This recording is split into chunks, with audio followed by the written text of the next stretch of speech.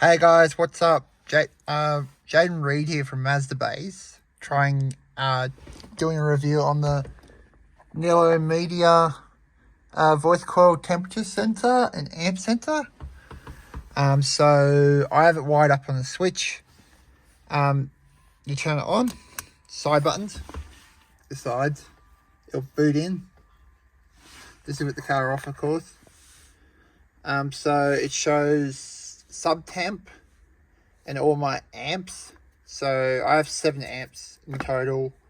Doing it. Voltage is at 15.5. This is, as you can tell, wireless. It is run by Neo magnets on the back. So when I'm not holding it and not demoing it, I can put it there. It's very, very responsive sensor. Like, it's very, very responsive with temps and stuff, so like it instantly keeps consistent. Nilo Williams, who owns the company, said that the new temperature sensor that he runs on the subs now is a lot more focused and a lot more sensitive, so they react very, very quickly. So I'll show you the sensor. That's the sensor mounted to the sub, and then that's aimed directly at the coil on the back. So it's aimed directly at the coil, and then the cables ran through behind the wall, and it goes into this box, which is a Bluetooth transmitter. So it'll read anything from there. Also that I'll show. Yeah. As you can tell, it's wireless, so I can actually hop out of the car, walk around car meets and stuff and show it. This is the Pocket Pro official. This is his new model they launched. It does show everything on it. Like, it's very, very responsive. The boot up time is pretty quick. So like, for example, I'll turn it off and I'll boot it up. So that's the delayed turn on will be me pressing the buttons. But as you can see, instantly it boots up and then it just reads straight away. And that's awesome for a very, very good. Battery voltage on this is pretty good. I have run it without charging it, without keeping it on charge, and it has lasted a fair bit. I'll show you the amp sensors, if I can get to it.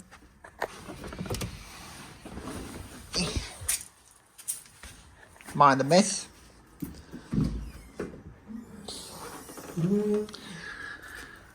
See those? That's what the amp sensors look like on each. So there's one there, and there's one behind here, behind this panel.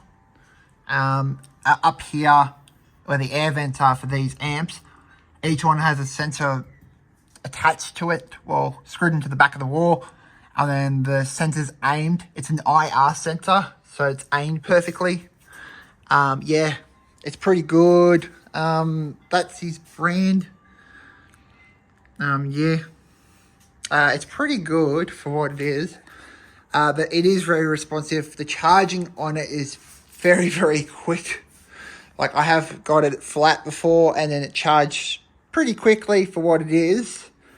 But yeah, if you have any questions, Nilo Media, or Nilo Williams, is the guy that does it for it, and he's spot on. He will respond to people.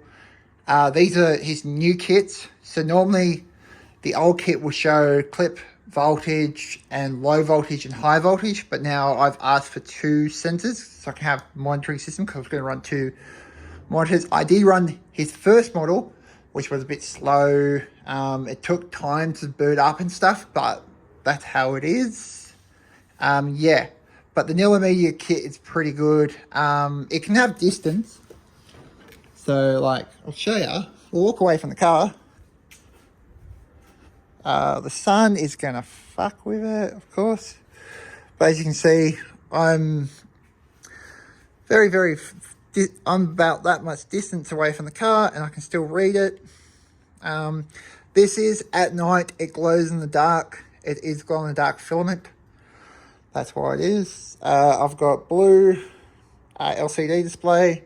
It is Bluetooth. I can walk I can even walk, let's say, over here, and I can still keep an eye on my temperatures and stuff. And while the car's sitting there, I'm looking out there, looking all pretty.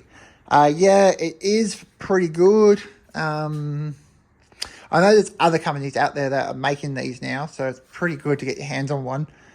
Do I recommend it? Yes, especially when you run a lot of power to subs that aren't really rated for, let's say, 30,000 watts of power, which is what I'm running. But yeah, pretty good sensor, pretty good kit. It does last a fair bit. It does run. I do recommend these. And if you want, Nilamia can hit you up. He sends charging cords. He sends all the amps, all the sensors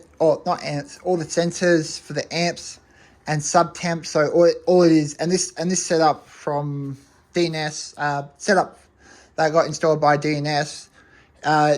DNS said to me that it was a quick, easy to install. You just plug and play, and then it just connects to the module on itself, and that's it. And I've never had problems until then.